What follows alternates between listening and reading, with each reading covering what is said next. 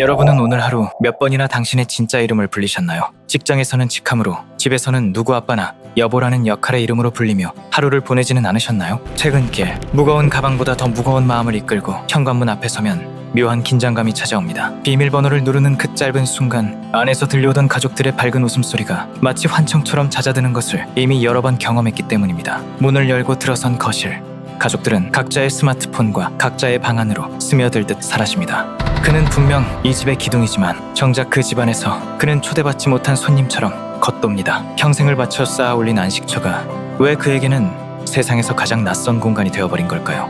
오늘은 대한민국 중년 가장들이 겪는 지독한 소외감, 이른바 가장의 도구화와 그 너머에 숨겨진 서글픈 진실을 아주 깊이 들여다보려 합니다. 중년 가장들이 술자리에서 혹은 혼자 있는 차 안에서 가장 아프게 내뱉는 자주 섞인 한마디가 있습니다. 나는 우리 집의 ATM기인가? 이 말 속에는 단순히 경제적 부담감을 넘어선 지독한 존재론적 회의감이 담겨 있습니다. 심리학에는 대상화라는 개념이 있습니다. 인간을 한 인격체로 보는 것이 아니라 특정한 목적을 달성하기 위한 도구로 취급하는 것을 말하죠. 슬프게도 현대사회의 많은 가장은 가족 내에서 철저히 대상화되고 있습니다. 아빠, 이번 달 학원비 입금됐어요? 여보, 다음 달에 부모님 칠순잔치 비용 보내야 해. 가족들이 건네는 대화의 중심에 나라는 사람은 없습니다. 오직 내가 가져오는 결과물만이 대화의 주제가 됩니다. 이때 가장의 뇌는 심각한 혼란에 빠집니다. 헌신과 사랑으로 시작한 노동이 시간이 흐를수록 당연한 의무로 치환되기 때문입니다. 기계는 돈이 나올 때만 사람들의 환영을 받습니다. 돈이 나오지 않는 기계 앞에 줄을 서는 사람은 아무도 없죠. 중년 가장들은 무의식 중에 근원적인 공포를 느낍니다. 내가 더 이상 경제적 가치를 창출하지 못하면 이 집에서 나의 존재 이유는 사라지는 게 아닐까. 이 공포는 중년의 자존감을 바닥으로 끌어내리는 가장 무서운 적이 됩니다. 이것을 우리는 도구적 인간의 함정이라 부릅니다.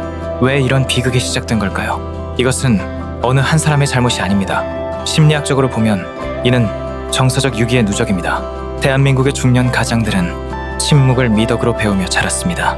밖에서 겪는 수모와 고통을 집으로 가져오는 것은 가장의 도리가 아니라고 믿었죠. 그래서 그는 입을 닫았습니다. 힘든 일이 있어도 괜찮다라고 말했고, 서운한 일이 있어도 헛기침 한 번으로 넘겼습니다. 하지만 그 침묵이 길어질수록 가족들과의 심리적 접점은 사라졌습니다. 아내는 남편의 속마음을 몰라 서운해하고, 아이들은 아빠를 어려운 존재 혹은 말이 안 통하는 사람으로 규정해버립니다. 가장이 밖에서 전쟁 같은 하루를 보내며 가족을 위한 성벽을 쌓는 동안 정작 성벽 안쪽에서는 그를 제외한 가족들만의 단단한 소통체계가 구축된 것입니다. 결국 그는 자신이 만든 성벽 밖으로 쫓겨난 외로운 파수꾼이 되어버렸습니다. 우리는 조금 더 근원적인 문제를 짚어봐야 합니다. 우리 시대의 가장들이 왜 이토록 감정 표현에 서툴게 되었는지 말입니다. 이는 개인의 성격 문제를 넘어 우리 사회가 강요해온 남성성의 신화와 연결되어 있습니다. 우리 아버지 세대에게 사랑은 곧 부양이었습니다. 내 감정을 돌볼 여유 따위는 사치였습니다. 가족을 굶기지 않고 자식들을 대학에 보내는 것이 인생의 유일한 목표였던 시대. 그 과정에서 자신의 내면을 들여다보는 법을 배우지 못한 가장들은 정서적 문맹이 되어버렸습니다. 자신이 무엇을 느끼는지 모르니 가족의 감정을 읽어주는 법은 더더욱 알 수 없었습니다. 하지만 현대의 가족들은 경제적 풍요보다 정서적 교감을 더 원합니다.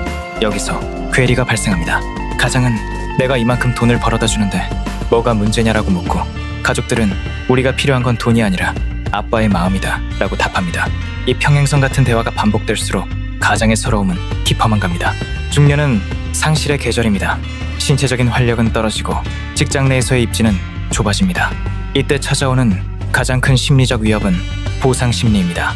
내가 누구를 위해 이렇게 살았는데 어떻게 나한테 이럴 수 있어? 젊음을 다 바쳐 헌신한 대가가 가족들의 무관심과 텅 빈 거실이라는 사실을 확인하는 순간 가장은 깊은 허무에 빠집니다. 이것이 심해지면 겉으로는 멀쩡해 보이지만 속은 타들어가는 가면 우울증으로 번집니다. 그들은 화가 나지 않아도 화를 내고 슬프지 않은데 눈물이 나며 때로는 극심한 무기력증에 시달립니다. 집안에서 더 권위적으로 변하거나 반대로 완전히 입을 닫고 스마트폰만 들여다보며 자신만의 동굴로 숨어버립니다. 하지만 그 모든 비정상적인 행동의 이면에는 제발 나 좀 봐달라, 나 너무 외롭고 무섭다는 처절한 구조 신호가 담겨 있습니다. 그렇다면 우리는 어떻게 이 지독한 고독의 늪에서 빠져나올 수 있을까요? 가장 먼저 필요한 것은 취약성을 드러낼 용기입니다. 세계적인 심리학자들은 진정한 인간관계의 연결은 자신의 약점을 솔직하게 인정할 때 시작된다고 말합니다. 가정은 결코 완벽한 영웅이어야 한다는 강박을 내려놓아야 합니다. 가족들에게 당신의 고단함을 솔직하게 언어로 표현하십시오. 아빠도 가끔은 회사 가기 싫을 만큼 힘들 때가 있어. 여보, 나 요즘 집에서 소외감을 느껴서 마음이 참 안 좋아. 처음에는 가족들도 당황할 것입니다. 한 번도 본 적 없는 가장의 모습이니까요. 하지만 당신의 인간적인 틈새를 보여주는 순간 가족들은 비로소 당신을 돈 벌어오는 기계가 아닌 함께 아파하고 위로해야 할 소중한 사람으로 인식하기 시작합니다. 당신의 약함은 관계를 무너뜨리는 것이 아니라 다시 세우는 주춧돌이 됩니다. 두 번째는 정서적 지분의 회복입니다. 경제적 지분만으로는 가족 안에서의 지위를 보장받을 수 없습니다. 가족 구성원 각자의 삶에 아주 작은 관심의 안테나를 세우는 것부터 시작해야 합니다. 아이들이 요즘 듣는 노래는 무엇인지, 아내가 최근에 무엇 때문에 고민하는지 그 사소한 것들을 궁금해하세요. 질문은 화법이 아니라 관심의 태도입니다. 아빠는 너의 이런 부분이 참 자랑스러워. 여보, 오늘 하루도 당신 정말 고생 많았어. 이런 따뜻한 인정과 지지의 말들은 가족이라는 관계망 안에 당신의 자리를 만드는 심리적 적립금이 됩니다. 돈으로 환산할 수 없는 이 적립금이 쌓일 때 당신은 비로소 ATM이라는 오명에서 벗어나 가족의 심장부로 들어갈 수 있습니다. 마지막으로 가장 중요한 것은 자아의 독립입니다. 당신이 가족을 위해 희생하는 것은 고귀한 일이지만 당신의 인생 전체가 희생으로만 채워져서는 안 됩니다. 당신은 누구의 아빠, 누구의 남편이기 이전에 고유한 빛깔을 가진 한 남자였습니다. 젊은 시절 좋아했던 기타를 다시 꺼내거나 혼자만의 조용한 여행을 떠나거나 배우고 싶었던 새로운 기술을 시작하세요. 당신이 스스로의 삶을 즐기고 자신을 아끼기 시작할 때 주변 사람들도 비로소 당신을 존중하게 됩니다. 당신의 존재 가치를 타인의 인정이나 가족의 반응에서만 찾지 마세요.